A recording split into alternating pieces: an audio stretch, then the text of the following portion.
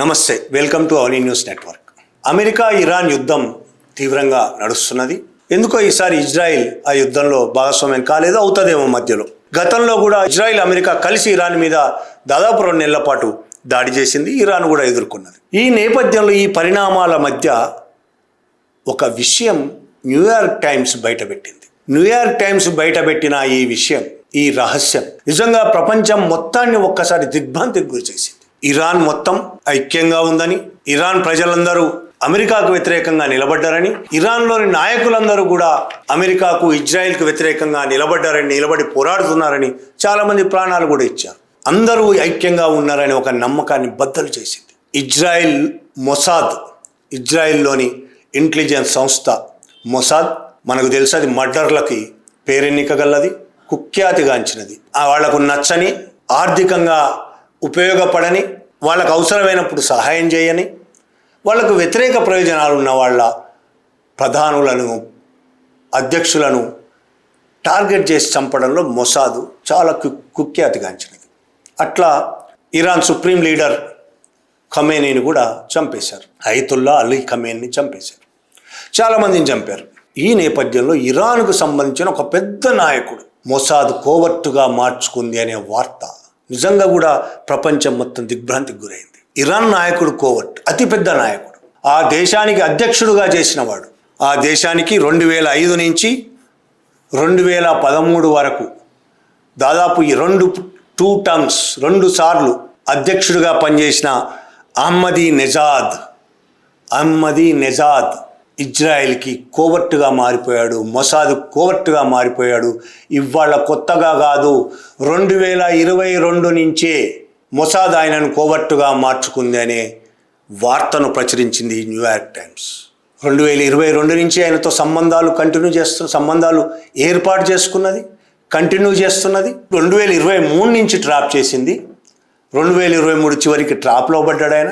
2024-25లో ఆయన 2 సమావేశాల్లో పాల్గొన్నాడు Mossad chief David plus Mossad అధికారుల మధ్య ఈయనతో చర్చలు జరిగాయి. హంగేరీ రాజధాని బుడాపెస్ట్లో ఒక యూనివర్సిటీ పర్యావరణ సెమినార్ పేరుతో నెజాద్ని చీఫ్ గెస్ట్గా పిలిచింది. చీఫ్ గెస్ట్గా పిలిస్తే ఈయన వెళ్ళాడు.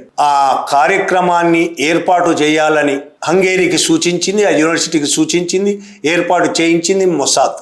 ఇజ్రాయెల్ మొసాద్ ఏర్పాటు చేయించిన ఆ పర్యావరణ సెమినార్కు, యూనివర్సిటీ ఏర్పాటు చేసిన పర్యావరణ సెమినార్కి ముఖ్య అతిథి నెజాద్, మాజీ అధ్యక్షుడు ఇరాన్. అక్కడికి వెళ్ళింది నిజానికి పర్యావరణ సెమినార్ కోసం కాదు. పర్యావరణ సెమినార్ అనేది ఒక ముసుగు.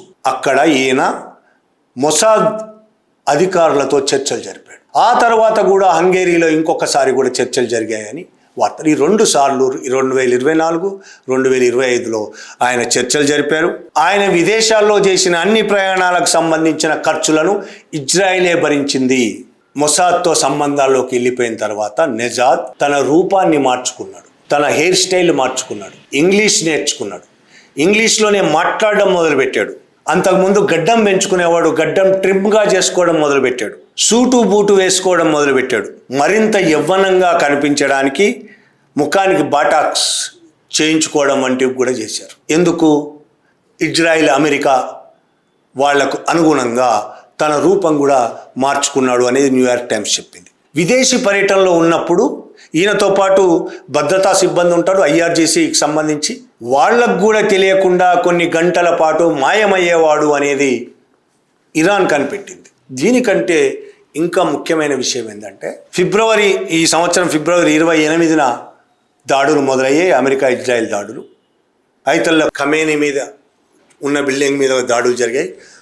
ఆ నేపథ్యంలోనే, ఆ సమయంలోనే నెజాద్ ఉన్న బిల్డింగ్ మీద కూడా బాంబింగ్ జరిగింది.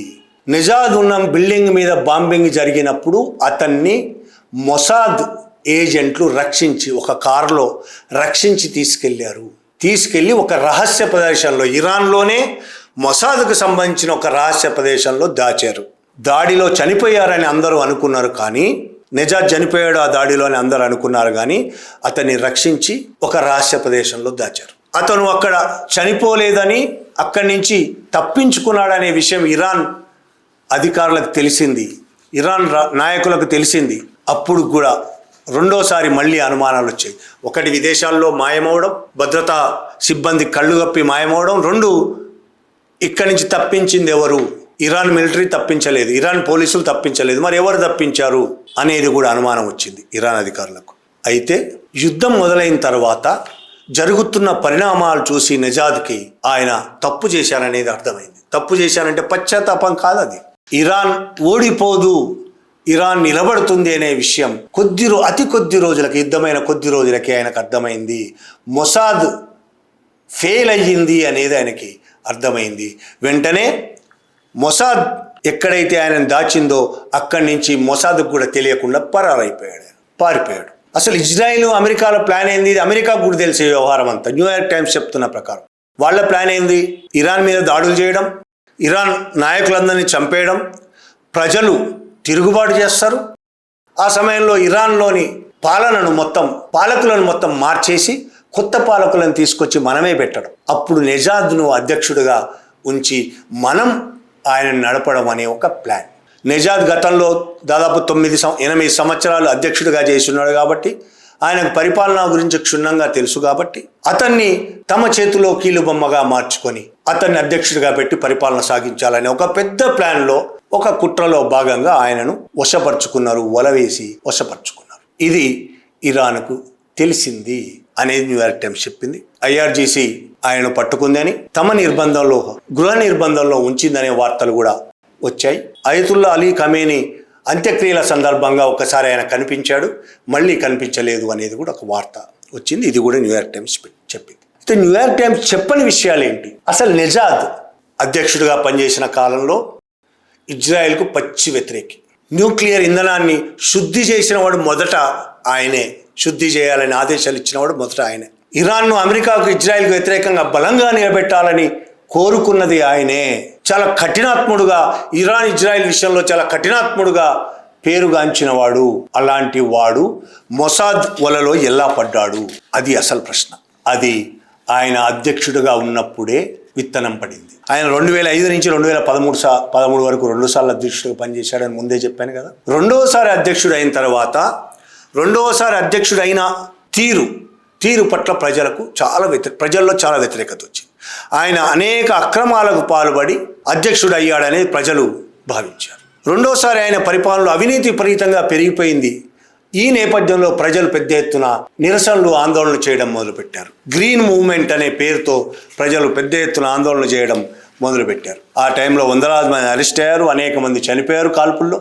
దీనితో ఆయన ప్రతిష్టకు చాలా పెద్ద దెబ్బ తగిలింది. ఇది ఒక కారణమైతే, ఈ సమయంలోనే రెండోసారి ఆయన రాష్ట్ర అధ్యక్షుడైన సమయంలోనే ఆయనకు ఇంటెలిజెన్స్ మినిస్టర్కు మధ్యలో తేడాలు ఏర్పడి ఆ ఇంటెలిజెన్స్ మినిస్టర్ని రాజీనామా చేయమని కోరాడు ఆయన. ఇంటెలిజెన్స్ మినిస్టర్ రాజీనామా చేశాడు.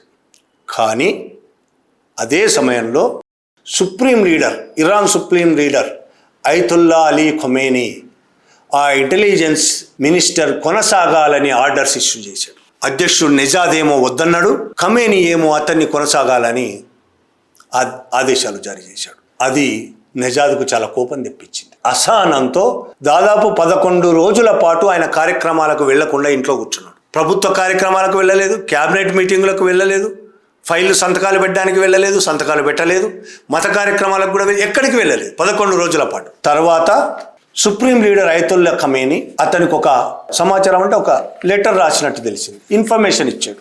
వచ్చి అధ్యక్షుడిగా నీ పరిపాలన కొనసాగించు, లేదా రాజీనామా అయినా చెయ్యి.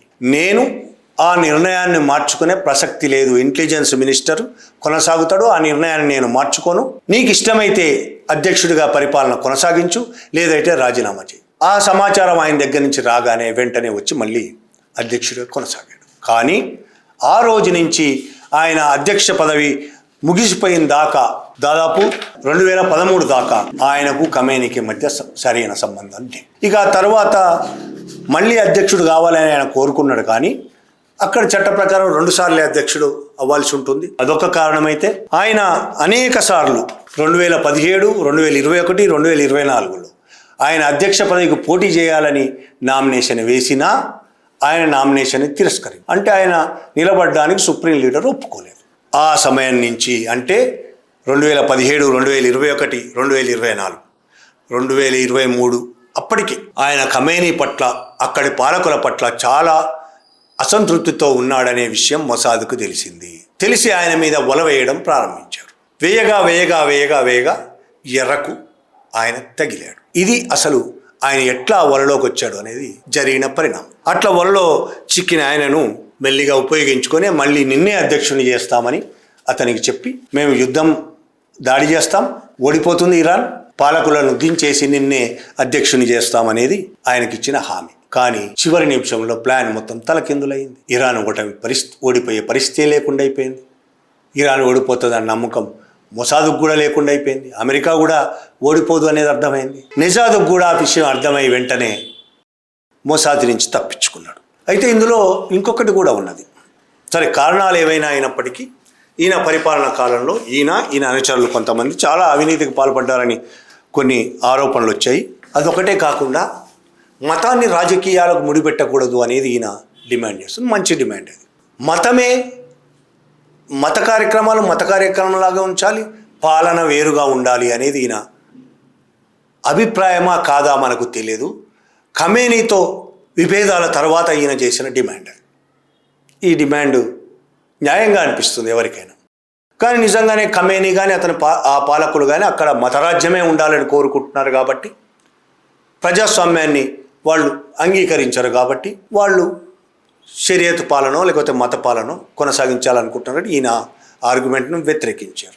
ఈయన భావనకు వాళ్ళు వ్యతిరేకులు. ఈయన అనుచరులు ఆ విధమైన భావాలతో ఉన్నారని, దేశాన్ని మతాన్ని కాకుండా దేశంలో జాతీయ భావాన్ని ప్రజల్లో పెంచాలని, ఇరాన్ జాతి అనే భావాన్ని ప్రజల్లో పెంచాలి కానీ మతం అనే భావాన్ని కాదని, పాలన మత ప్రకారం కాకుండా చట్ట ప్రకారం జరగాలనేది ఆయన కోరుకున్నాడని, దాన్ని వాళ్ళు వ్యతిరేకించాలనే వార్తలు కూడా ఉన్నాయి. ఇందులో నిజాలు ఏంటనేది మనకు స్పష్టంగా తెలియదు. కానీ ఆయన కోవర్టుగా మారి ఇరాన్లో ఉన్న పాలకులను దెబ్బతీయాలని చేసిన ప్రయత్నాల గురించి న్యూయార్క్ టైమ్స్ బయటపెట్టిన విషయం ఈ మొత్తం వ్యవహారాన్ని అటు ఇరాన్ కానీ ఇటు ఇజ్రాయిల్ కానీ ఖండించలేదు. దాని మీద ఇప్పటి వరకు ఎవ్వరు నోరు విప్పలేదు. Thank you very much.